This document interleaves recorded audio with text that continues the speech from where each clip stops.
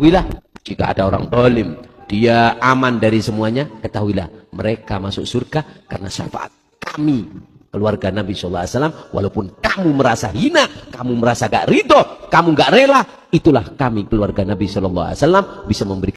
Assalamualaikum warahmatullahi wabarakatuh. Ini lagi-lagi ya, ternyata sekarang lagi musimnya ya, orang yang emang ya orang yang netral itu Allah keluarin gitu buat ngecounter orang-orang yang ajarannya ya agak-agak menyimpang ya. Salah satunya di video ini kalian bisa lihat sendiri, itu apabila kalian hina ya orang gak bener aja, intinya dapat syafaat dari keluarga Nabi atau keturunannya ya. Itu sudah dipastikan itu bullshit ya. Sudah dipastikan kalian itu terbodohi dengan orang-orang yang seperti ini ya. Kalian bisa cari hadisnya banyak, atau kalian ke para ulama bisa kalian tanyain gitu. Orang yang bisa ngasih syafaat ya Allah Subhanahu wa taala lewat Rasulullah SAW ya. Itu doang. Itu pas waktu anaknya Fatimah Zahra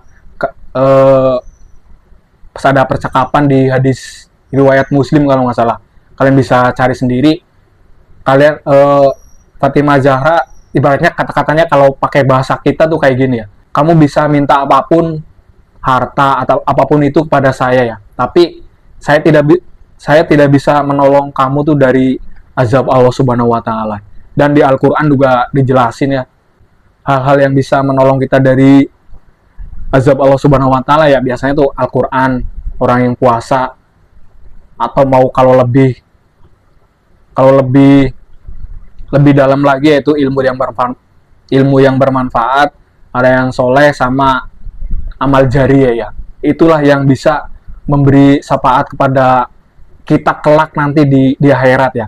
Karena pas kita mati ya amalannya ya yang terputus kan cuman 3 amalan ya yang dibawa gitu. Bukan keturunan gitu. Bukan misal nih nasabnya saya bagus gitu. Saya bisa memberi syafaat kalian, enggak gitu. Bukan begitu konsepnya ya. Dan ini sudah dibuktikan ya dari anaknya para nabi itu yang masuk neraka. Nabi siapa itu? Nabi Adam, Nabi Nuh yang anaknya durhaka ya.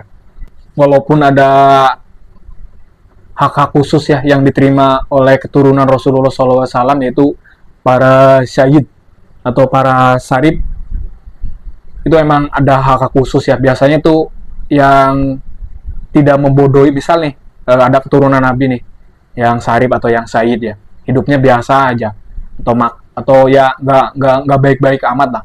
Tapi biasanya kalau emang dia dzurriyyah Nabi, itu dia itu kejelekannya atau maksiatnya atau keburukannya dia itu tidak merugikan orang lain, itu tidak menjerumuskan, istilahnya ya jelek sendiri aja gitu. Nggak, biasanya keturunan Rasulullah itu nggak kalau dia belum top, belum bagus, misal umurnya masih di bawah 40, di bawah 30, itu umur 30 biasanya ya masih jelek, itu biasanya dia maksiatnya tuh sendiri-sendiri gitu. Jadi nggak, misal kalau kebaikan dia ngajak ke orang, kalau keburukan dia itu dimakan sendiri, jadi nggak ngajak orang. Biasanya kalau keturunan Nabi yang bener, yang sayyid, yang syarif tuh kayak gitu. Untuk hal-hal yang jelek ya dia jalanin sendiri, tapi untuk yang bagus dia tuh bisa ngajak ya, karena ada ilmunya gitu. Kalau dia lagi baik ya ilmu yang dari Rasulullah itu ikut ya.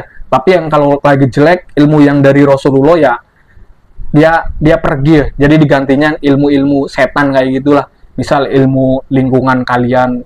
Kan kalau umur 40 masih belum bener, biasanya kalau emang keturunan Rasulullah SAW itu proses pembersihannya itu dari 30 sampai 40. Jadi umur 40 itu udah bagus lah, udah top ya.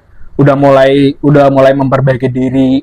Nah, umur 50 biasanya udah bagus biasanya gitu. Kalau keturunan yang asli ya, keturunan Rasulullah SAW yang asli, umur di atas 40 itu biasanya udah bagus itu. Udah bisa ngajak orang yang nggak bener itu buat bener gitu. Bukan ngajak orang yang tadinya bener malah diselewengkan jadi nggak bener itu. Itu kalian harus harus bisa ya melihat keturunan Nabi yang asli sama yang enggak gitu. Karena emang kita kita lagi istilahnya ulama-ulama Nusantara ini lagi diuji ya, karena kan para aulia-aulia di zaman ini kan udah mulai meninggal ya, umurnya udah tua-tua lah, makanya ilmunya kan mau pindah nih, mau ganti generasi kan, makanya lah nongol orang-orang yang misal yang tadinya mau masuk makomnya para wali nggak kuat, jadi ngaco gitu. Jadi ngaco lah, kalian bisa lihat sendiri ulama-ulama yang tadinya bagus ketika ada jemaah 1, 2, 3, 4 atau ramai sedikit itu jadi agak ngaco sedikit ya, karena emang ilmunya ya ujiannya nggak kuat ya, jadi ilmunya itu pindah lagi ke ulama A, ulama B ya, yang emang yang sesuai ya, yang ilmu yang nggak aneh-aneh lah ya, Al-Quran, hadis, atau para tafsirnya para ulama ya, bukan berdasarkan mimpi yang ngeklaim A, B, C kayak gitu.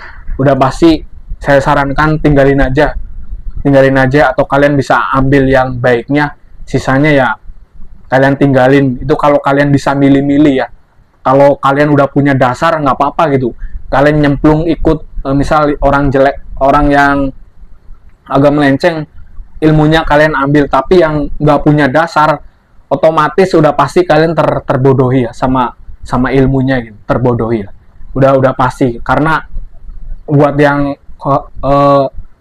yang kolbunya jernih udah pasti paham ya bahasa saya ya.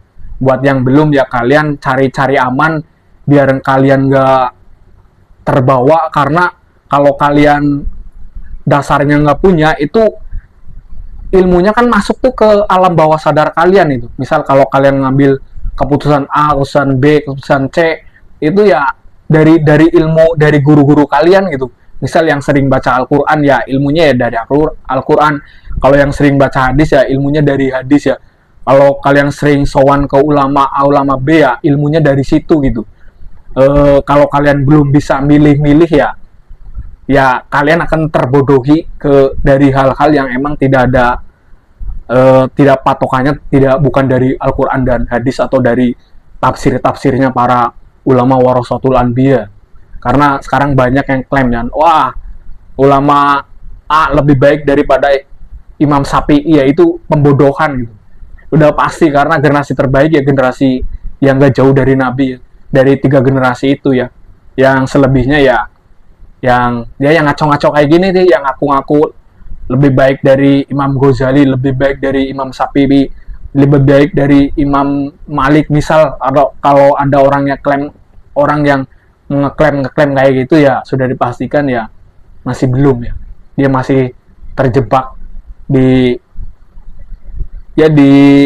apa ya, kalau orang awam itu ya halusinasi, kalau orang tasawuf bilang ya itu masih muter-muter di salah satu alam, biasanya nggak bisa keluar gitu. Jadi nggak bisa, biasanya orang kan misal amalannya sholawatan atau baca apa kan amalannya itu.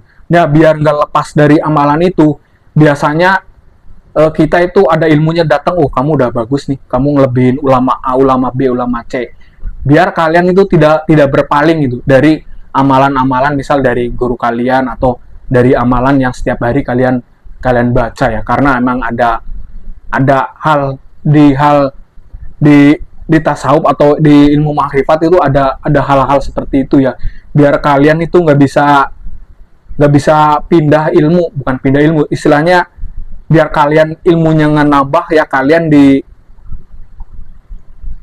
dibisikin atau disugesti hal-hal seperti itu ya. Itu biasanya kayak gitu sih. Mudah-mudahan kalian ketangkap lah 1-2 hal ya. Ila hadarati para aulia di kotamu, Al-Fatihah, bersama majelis waliullah menuju keabadian.